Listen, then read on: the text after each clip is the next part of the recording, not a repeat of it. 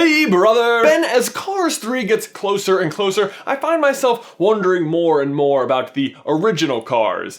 Not so much Cars 2, because, you know. And there's one thing that has never really made a whole lot of sense to me. Like, the entire population of Radiator Springs is 12, so how does anyone stay in business at all?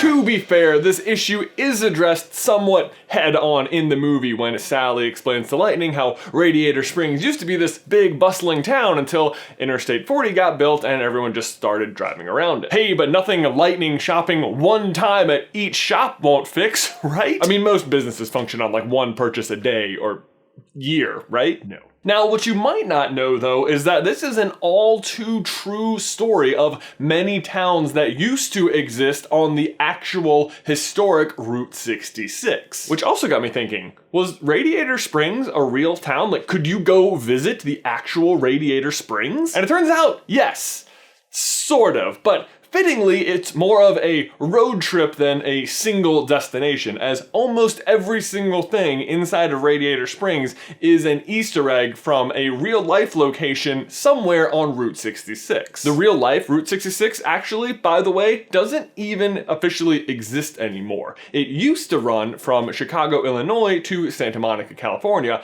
and it used to be one of the most famous highways in America. Because celebrity highways are totally a thing, right? Yeah, I know, it doesn't sound likely, but if ever there was a celebrity highway, this was it. I mean, it has songs written about it, it had its own TV show, and now a Pixar movie, although the Pixar movie didn't come out until after the highway officially stopped existing in 1985, so whoops. And I'm sorry I keep saying stopped existing. What I actually mean is that it just stopped being maintained by the US government. You can still drive large portions of Route 66. It is actually now called Historic Route 66. And it is where you will find like all of the Easter eggs from Radiator Springs. And actually, let's start there with the name, Radiator Springs. Now, as you might have guessed, there's not an actual town called Radiator Springs, but its location, as seen on a map in the movie, and the name are both derived from the real-life town of Peach Springs. Peach Springs? Huh. Ben, do we have a brother there? The RS you see in the back of the town under the giant stone radiator cap obviously stands for Radiator Springs.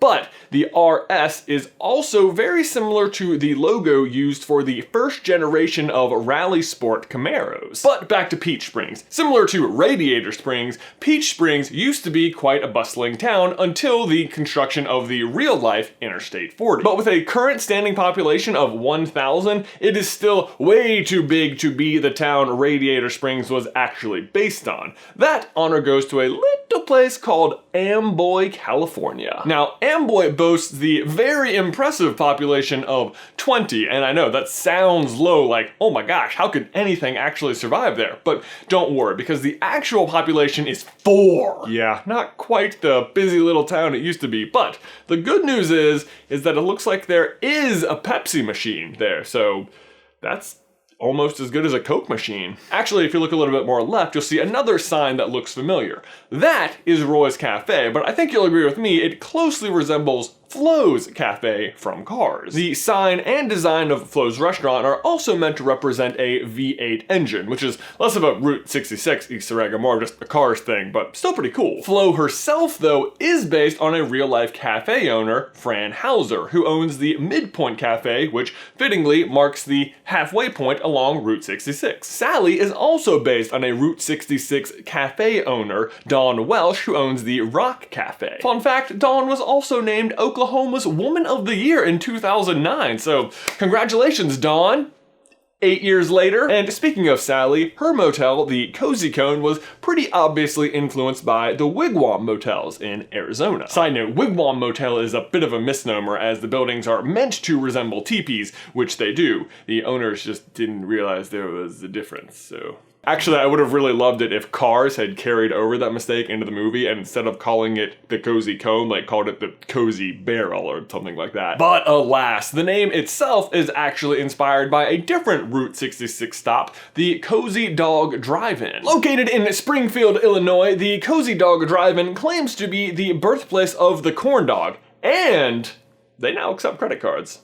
So they are moving up in the world. The Wigwam motels aren't the only inn getting referenced, though. Ramon's Body Shop is almost a brick-for-brick recreation of the U-Drop Inn from Shamrock, Texas. The U-Drop Inn is noted for its Art Deco style and itself was inspired by, and I'm not kidding here, a nail in the soil. Also, it was never actually an inn, like somewhere you could sleep. It was more of a gas station slash cafe, which is kind of a bummer because the name is really clever. But it's not just the buildings in town, even the landscaping surrounding Radiator Springs was subject to some of the Easter eggs from Route 66. For example, when we get to see where Radiator Springs is on a map during the movie, we see it's next to a place called Ornament Valley, as in hood ornaments, which you get a pretty good view of when Sally takes Lightning to the Overlook. Ornament Valley is a reference to Monument Valley, and said monuments are a large collection of plateaued sandstone butts. Butts? Buttes? Hold on. Okay, so B-U-T-T is butt. B-U-T-T-E is butte. Turns out it's a liquid U. Oh, and it gets better. The famous example of a liquid U is that the word S-T-U-P-I-D is actually pronounced stupid, but people ironically mispronounce it as stupid, which personally I think by definition the word stupid should be mispronounced, right? What was I talking about? Right, butts. Buttes. Actually, butt might be more accurate because the next thing is tail fins. While watching Cars, you may have noticed the back end of a bunch of Cadillacs sticking out of the horizon. And what's so cool about this inclusion is that it's actually based off of a very unusual art piece known as the Cadillac Ranch, which, you guessed it, features a bunch of half-buried, weirdly painted Cadillacs with their tail fins just sticking up in the air. Funding for this unusual project came from an eccentric millionaire named, wait for it, Stanley. And there you go, that's every Easter egg I could find. I'm sure there are plenty more scattered about though that I am excited to look for because I actually had a blast researching this video and have added it to my bucket list to now drive down Route 66 at some point. Although that's gonna come after my Yellowstone Good Dinosaur trip because man, that place seems awesome. But Ben, my question for you and everyone else is going to be car themed. So what was your first car? Or if you've never owned a car, what is the best road trip you've ever been on? Let me know in the towel section down below. My first car was an 87 Jeep Cherokee, black with gold trim, missing an E on the front, so my family still today calls it the Jep. And also, before we reveal the socks of the week, I just want to make a quick announcement that the Super Carlin gaming channel, which maybe you didn't even know we had, just launched a brand new series, the Pokemon Emerald Nuzlocke Challenge. You can go check that out by clicking on the card. I'll also put a link down in the description. Going to be a really fun series. Please go check it out. These socks are amazing! And a special thanks to these patrons who support Super Carlin Brothers on Patreon. Guys, thanks for watching. As always, please remember to like this video if you haven't already and subscribe so you don't miss any future Cars video from us. If you want to see how Cars might actually be alive, you can check out this video right here. Or if you want to see our review of the new Cars 3 trailers, you can check out these right here. But Ben, that's everything I've got for you today, man. I will see you in another life, brother.